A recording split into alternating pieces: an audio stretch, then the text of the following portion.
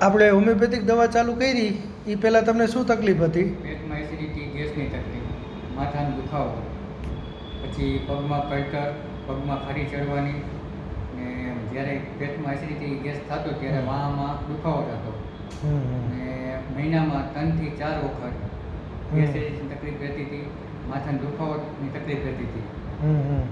કેટલા ટાઈમથી તકલીફ હતી તમને? મને 4 થી 5 વર્ષથી. અચ્છા, હા હા, મહિનામાં 3-4 વાર હોય? હોય. અચ્છા, એસિડિટી ગેસ થાય ત્યારે શું થાય? માથામાં દુખાવો થાય. કેવું બહુ દુખતું? બહુ અતિશય માથામાં દુખાવો થતો.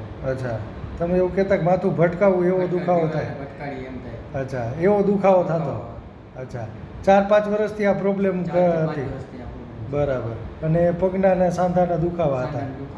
બરાબર. આપણે દવા ચાલુ કરી અને 2 મહિના જેવો સમય થયો હશે? 2 મહિના જેવો સમય. હા, એ દવા ચાલુ હોમિયોપેથિક કર્યા પછી તમને શું દવાથી ફેર લાગે છે? મને પેટમાં ગેસ, એસિડિટી અત્યારે 100% અચ્છા, રાહત છે. હા હા, માથાનો દુખાવો છેલ્લા 2 મહિનાથી એમ થયો દવા લેવાનું ચાલુ કર્યા પછી. ઓકે. પગમાં કળતરમાં મને 60% રાહત છે અત્યારે. અચ્છા, અત્યારે દવા ચાલુ છે. માથાનો દુખાવો થી પછી થયો જ નથી? 2 મહિના. અચ્છા, હા હા, નહીં તો મહિનામાં 3-4 વાર હોય. એસિડિટી ગેસમાંય સારું છે ને? એમાંય થઈ જ નથી?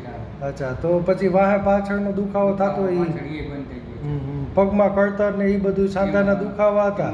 છે 40% બાકી છે, 60% જેવી રાહત. 60% એમાંય ફેર પડી ગયો છે? અચ્છા, સરસ.